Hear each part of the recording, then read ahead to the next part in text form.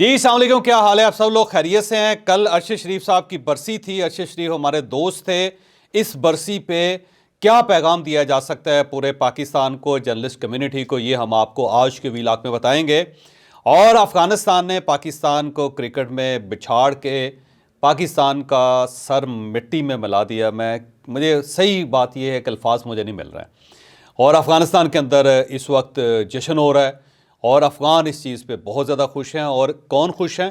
طالبان حکومت خوش ہے، اور طالبان حکومت وہ ہے جسے دنیا تسلیم ہی نہیں کرتی۔ تو ایک ایسا ملک، ایک ایسی گورنمنٹ جسے آپ تسلیم ہی نہیں کرتے، اس کی کرکٹ ٹیم نے پاکستان جیسے ورلڈ چیمپئن کا، اب کیا کہوں میں، یہ بھی ہم آپ کو آج کے ویلاگ میں بتائیں گے۔ اور 90 دنوں میں اب الیکشن ممکن نہیں ہے۔ کل چیف جسٹس آف پاکستان نے عابد زبیری صاحب کی جو وکالت ہے اس کو بھی برباد کر کے رکھ دیا۔ اب عابد زبیری صاحب کہاں کھڑے ہوں گے، یہ بھی ہم آپ کو آج کے ویلاگ میں بتائیں گے۔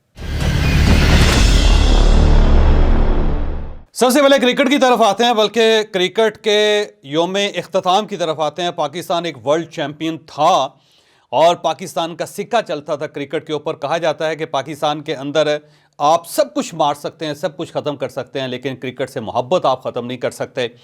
لیکن مجھے یوں محسوس ہوتا ہے کہ کل افغانستان نے یہ محبت بھی ختم کر دی ہے۔ افغانستان کیسا ملک ہے؟ افغانستان ایک ایسا ملک ہے جس کے اندر کرکٹ پہ پابندی تھی۔ وہاں پہ جب تک طالبان رہے، انہوں نے ہر قسم کی سپورٹس پہ پابندی رکھی۔ پھر اس کے بعد امریکن آئے، اور وہاں پہ ایک گورنمنٹ بنی، امریکن فنڈڈ گورنمنٹ بنی، اور وہاں پہ کرکٹ ٹیم بنی۔ اور اس کرکٹ ٹیم کو ٹرین کس نے کیا؟ پاکستان نے ٹرین کیا۔ یعنی افغانستان کے جتنے کھلاڑی تھے وہ پاکستان کے اندر کھیلتے رہے، اور پاکستان کے گراؤنڈز کے اندر ان کی پرورش ہوئی، اور ہمارے کوچز نے ان کو ڈیولپ کیا۔ لیکن آج صورتحال یہ ہے کہ افغانستان نے پاکستان کو بچھاڑ دیا، اور پاکستان اس وقت بے عزتی کے احساس سے منہ نیچے کر کے شرمندہ ہو کے پھر رہا ہے۔ اور ان کے جو بیٹسمین ہیں ابراہیم زردان صاحب، وہ کیا کہہ رہے ہیں؟ وہ یہ کہہ رہے ہیں کہ جناب ہم نے پاکستان سے بدلہ لے لیا۔ ان سے پوچھا کس چیز کا بدلہ لیا؟ انہوں نے کہا جی پاکستان نے جو ہمارے افغان بھائیوں کو نکالا ہے، اور 30 اکتوبر تک جن کو نکالا جا رہا ہے، ہم نے پاکستان کو کرکٹ کی دنیا میں ہرا کے اس کا بدلہ لے لیا۔ تو یہ ابراہیم زردان صاحب کہہ رہے ہیں، جنہوں نے 87 سکور کیا ہے، اور یہ افغانستان کی ODI میں پہلی کامیابی ہے، بہت بڑی کامیابی ہے۔ اور میرا خیال ہے افغانستان اب اس چیز کو ڈیزرو بھی کرتا ہے۔ تو اب آپ دیکھ لیں کہ افغانستان ڈالر میں ہم سے آگے، افغانستان سٹیبلٹی میں ہم سے آگے، افغانستان انصاف میں ہم سے آگے، افغانستان ٹریڈ میں ہم سے آگے، Afghanistan crime free society index میں ہم سے آگے، اور اب افغانستان کرکٹ میں بھی ہم سے آگے۔ میرا خیال ہے ڈوب مرنے کا مقام ہے، اور ہمیں اپنے منہ پہ خود کالک مل لینی چاہیے کہ آج ہم افغانستان کے ساتھ ہمارا کمپیرزن ہو رہا ہے، اور وہ بھی پھر ہم سے آگے نکل گیا افغانستان۔ اور ایک ایسی گورنمنٹ جسے دنیا تسلیم ہی نہیں کر رہی، اور ایک ایسا ملک جس کے بارے میں ہم یہ سمجھتے ہیں کہ اگر ہم اپنی سرحدیں بند کر دیں تو افغانستان شاید سروائیو ہی نہ کر سکے۔ لیکن اب افغانستان کی کرکٹ ٹیم نے پاکستان کا منہ کالا کر کے بتا دیا ہے کہ اگر آپ لوگ اپنے آپ کو ٹھیک نہیں کریں گے تو پھر وہ ملک جو ہر انڈیکس میں سب سے نیچے آتا ہے وہ بھی آپ کی ناک رگڑ دے گا۔ میرا خیال ہے پاکستان کے لیے اس سے آگے کوئی اور ایسی جگہ نہیں ہے جہاں پہ پاکستان سٹینڈ کر سکے۔ تو ہمیں اس چیز سے اب اٹھنا پڑے گا، کیونکہ مزید ہم کتنی بے عزتی کروا سکتے ہیں۔ آپ اندازہ لگائیں کہ کرکٹ میں جو ورلڈ چیمپئن اپنے آپ کو ملک کہتا ہے، اور جو اپنے آپ کو بڑا فن خان سمجھتا ہے، وہ افغانستان سے ہار گیا۔ اور میرا خیال یہ ہے کہ جو اس وقت چیئرمین صاحب ہیں، جن کو بڑی سفارش کے ساتھ چیئرمین بنایا گیا تھا، میرا خیال ان کے لیے ڈوب مرنے کا مقام ہے۔ تو میری ذکا اشرف صاحب سے درخواست ہے کہ مہربانی کر کے استعفیٰ دے دیں، یہ آپ کے بس کی بات نہیں ہے۔ اس کے مقابلے میں نجم سیٹھی صاحب واقعی اہل آدمی تھے، وہ جب بھی رہے ہیں انہوں نے کرکٹ کو ریوائیو کیا۔ تو صرف اس لیے کہ آپ کی پولیٹیکل افیلیشن ہے، اور اس افیلیشن کی وجہ سے آپ نجم سیٹھی کو فارغ کر کے آپ اس کی کرسی پہ بیٹھ جائیں، تو اس کا نتیجہ پھر یہی نکلتا ہے۔ میرا خیال ہے ذکا اشرف صاحب کو مہربانی کر کے صرف اپنی چینی پہ توجہ دینی چاہیے، انہیں اپنی شوگر مل چلانی چاہیے، کیونکہ وہ جب بھی آئے ہیں انہوں نے اسی طرح کرکٹ کا بیڑا غرق کیا۔ تو جب فیورٹزم ہوگی، جب سیاسی جوڑ توڑ کے اندر، سیاسی لین دین کے اندر آپ اتنے بڑے بڑے عہدے لوگوں کو دیں گے، تو اس کا پھر نتیجہ یہی نکلے گا۔ تو میرا خیال ہے کہ اگر ذکا اشرف صاحب استعفیٰ نہیں دیتے تو آصف علی زرداری صاحب بھی اس سے استعفیٰ لے کے نجم سیٹھی صاحب کو واپس اس جگہ پہ بحال کر دیں، تاکہ پاکستان کی جو عزت ہے، جو رہی صحیح عزت ہے، وہ تو برقرار ہو سکے۔ اور یہ جو ہماری ٹیم ہے، اس کو بلوا کے اب ہار پہنانے چاہیے ان کے گلے میں، اور ان کے لیے میرا خیال ہے پورے پاکستان کے اندر جشن ہونا چاہیے، اور پاکستان کرکٹ ٹیم زندہ آباد کے نعرے لگنے چاہیے۔ اس کے آگے کچھ بھی نہیں ہو سکتا۔ اب ہم آتے ہیں اپنے دوست ارشد شریف کی طرف۔ ارشد شریف ایک بہت مائناز صحافی تھا، بڑا شاندار انسان تھا، شاندار باپ تھا، شاندار بیٹا تھا، اور اس کے ساتھ ساتھ آپ کو اس کے نظریات سے اختلاف کر سکتے ہیں، لیکن اس کے جو جرنلسٹک سٹیچر ہے اس پہ آپ انگلی نہیں اٹھا سکتے۔ اسے دنیا سے رخصت ہوئے 1 سال ہو گیا ہے۔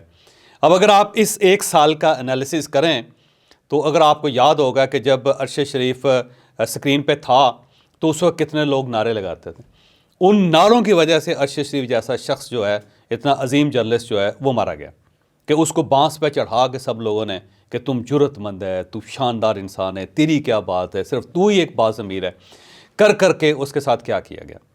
پھر اس کے بعد جب اس بیچارے کو ملک سے باہر جانا پڑ گیا، پھر کینیا کے اندر، نیروبی کے اندر جو اس کے ساتھ ہوا وہ سب کچھ ہے۔ اور اس کے بعد جب اس کی میت یہاں پہ آئی تو بہت بڑا جنازہ کیا گیا، اور اس جنازے پہ لوگوں نے کہنا شروع کر دیا کہ ہم تو کہتے ہیں کہ اگر ہماری انتقال بھی ہو جائے تو ایسا جنازہ ہو تو ہم مرنے کے لیے تیار ہیں، وغیرہ وغیرہ۔ اس وقت بڑی جذباتی باتیں کی گئی تھیں۔ اب ان ساری جذباتی باتوں کا کیا فائدہ ہوا؟ کیا پی ٹی آئی کو کوئی فرق پڑا ارشد شریف کے جانے سے؟ کیا پاکستانی صحافت کو کوئی فرق پڑا ارشد شریف کے جانے سے؟ کیا اے آر وائی کو کوئی نقصان ہوا ارشد شریف کے جانے کا؟ اس سارے سینیریو کی، یا پاکستان کی سوسائٹی کو، یا پاکستان کی عدلیہ کو، یا پاکستان کی پولیس کو، یا پاکستان کی انٹیلیجنسیا کو، کسی کو کوئی فرق پڑا؟ اگر کسی کو فرق پڑا ہے تو اس کی ماں کو پڑا، اگر کسی کو فرق پڑا ہے تو اس کی بیگم کو فرق پڑا، اگر کسی کو فرق پڑا ہے تو اس کے بچوں کو فرق پڑا۔ ایک شخص دنیا سے چلا گیا اور اس کی فیملی آج بھی اسے یاد کر رہی ہے۔ اس کی والدہ دیا جلا کے اپنے بیٹے کا انتظار کر رہی ہے، اور وہ صبح اٹھتی ہے تو روتی ہے، رات کو سوتی ہے تو روتی ہے۔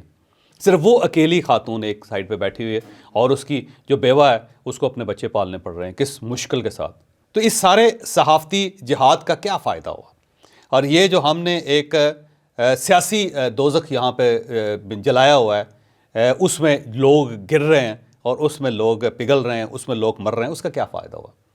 تو میرا ذاتی خیال یہ ہے کہ ارشد شریف ایک مثال ہے اس سوسائٹی میں، کہ آپ کو ایک سرٹن لیول سے آگے نہیں جانا چاہیے، کیونکہ وہاں پہ آپ اکیلے رہ جاتے ہیں اور صرف آپ کی فیملی کو اور آپ کو نقصان ہوتا ہے، باقی سب تماش بین ہیں۔ میرا خیال یہ ہے کہ پی ٹی آئی کو کم از کم ارشد شریف کی برسی منانی چاہیے تھی، اور پی ٹی آئی جو سب سے زیادہ اس کی بینیفیشری تھے اس نے بھی اس کو بھلا دیا۔ کم از کم جو جرنلسٹ اس کے دوست تھے وہی اس کی برسی منا لیتے، کوئی بڑا فنکشن کر لیتے کسی جگہ پہ، لیکن انہوں نے بھی شاید ان کو بھلا دیا۔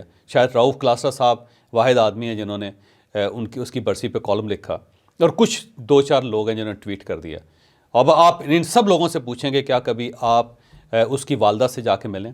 کیا کبھی آپ اس کی بیوہ سے ملیں؟ کیا کبھی آپ نے اس کے بچوں کا خیال کیا؟ کبھی آپ نے پوچھا؟ اگر آپ ہفتے میں ایک بار چلے جاتے، مہینے میں ایک بار چلے جاتے، آپ کا کولیگ تھا، تو کیا آپ گئے ہیں؟ میرا نہیں خیال کہ کوئی گیا ہوگا۔ اگر گیا ہوگا تو میں اس کو اپریشیٹ کرتا ہوں کہ واقعی تم نسلی آدمی ہو، لیکن یہ سب ایک کاروبار ہے، اور اس کاروبار کے اندر لوگوں کو اسی طرح ذلیل و رسوا کر کے، خوار کر کے، بانسوں پہ چڑھا کے، ان کو اسی طرح دفن کر کے ہم سب لوگ بھول جاتے ہیں۔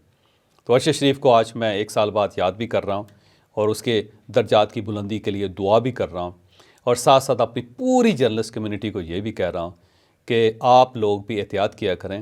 بہت زیادہ بانس پہ چڑھنے کی ضرورت نہیں ہے۔ یہاں پہ کوئی جہاد نہیں ہو رہا، یہاں پہ صرف اور صرف بزنس ہو رہا ہے، اور اپنے اپنے مفادات کی گیم ہو رہی ہے۔ اور یہ ایک حقیقت ہے کہ جو کمیشن بنا تھا وہ کمیشن کہاں چلا گیا، جن لوگوں نے قاتلوں کو گرفتار کرنا تھا وہ قاتل کہاں چلے گئے، جن لوگوں نے کیس کیا ہوا تھا اس کیس کا کیا بنا۔ آج بھی اگر اس کے قاتل ہیں تو وہ انہی سڑکوں کے اوپر گھوم رہے ہیں، کسی نے ان کی طرف آنکھ اٹھا کے نہیں دیکھا۔ اور اگر وہ نیروبی میں ہے تو نیروبی میں جا کے کسی نے کسی کی گرفتاری کے لیے کوئی اقدام نہیں کیا۔ یہ ایک حقیقت ہے، اور اس حقیقت کو ذہن میں رکھ کے ہم نے اس معاشرے کا انالیسس کرنا ہے۔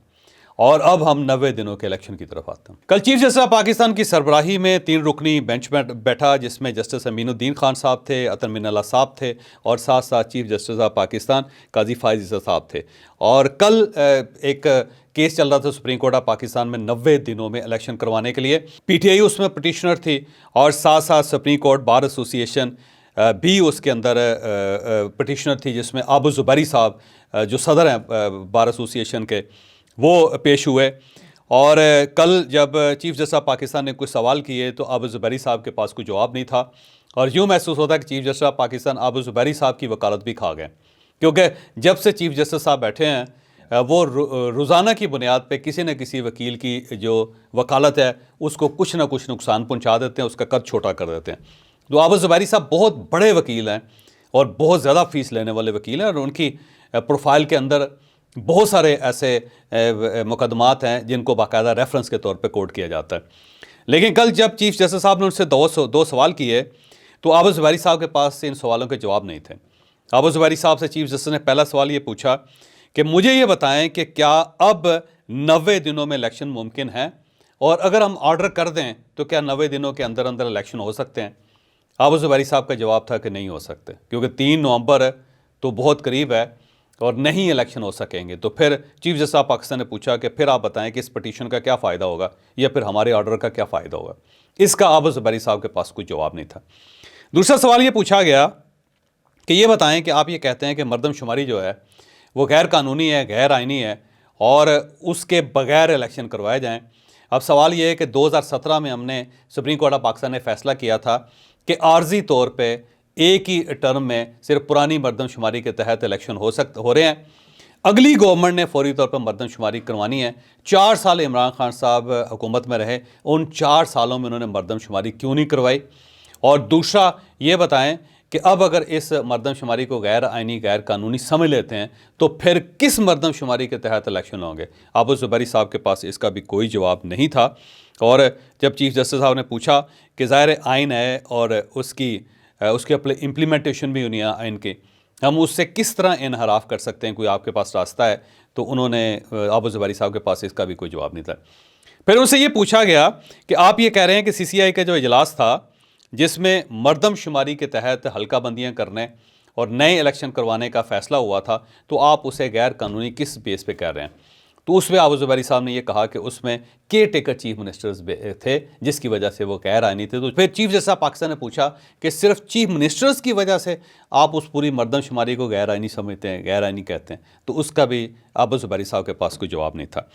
اس کے بعد پھر چیف جسٹس صاحب نے یہ بھی پوچھا کہ آپ یہ کہہ رہے ہیں کہ صدر صاحب کے پاس یہ اختیار ہے کہ وہ الیکشن کی تاریخ دے سکتے ہیں، تو اب صدر صاحب نے تاریخ کیوں نہیں دی؟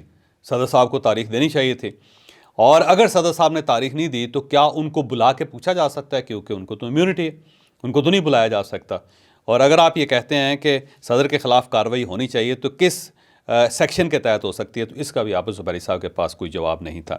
تو پھر چیف جسٹس صاحب نے کہا کہ آپ یہ فیصلہ بھی کر لیں کہ آپ نے آئین کے آرٹیکل 48 کے تحت آپ نے مقدمہ لڑنا ہے، یا پھر الیکشن ایکٹ 57 کے مطابق ہم نے اس کیس کو ڈیل کرنا ہے۔ تو یہ دونوں چیزیں جو ہے نا تھوڑی مختلف ہیں، کیونکہ آئین کا آرٹیکل 48 یہ کہتا ہے کہ صدر محترم جو ہیں ان کے پاس یہ اختیار ہے کہ وہ الیکشن کی تاریخ کی اناؤنسمنٹ کر سکتے ہیں، لیکن بعد میں جب الیکشن ایکٹ تبدیل کیا گیا تو اس میں 57 یہ کہتا ہے کہ یہ اختیار صرف اور صرف الیکشن کمیشن کے پاس ہے۔ تو انہوں نے کہا کہ اب یہ فیصلہ کریں کہ ہم نے الیکشن ایکٹ کے آرٹیکل یا سیکشن 57 کو دیکھنا ہے، یا پھر ہم نے آئین کے آرٹیکل 48 کو دیکھنا ہے، یہ بھی ایک فیصلہ کرنا ہے۔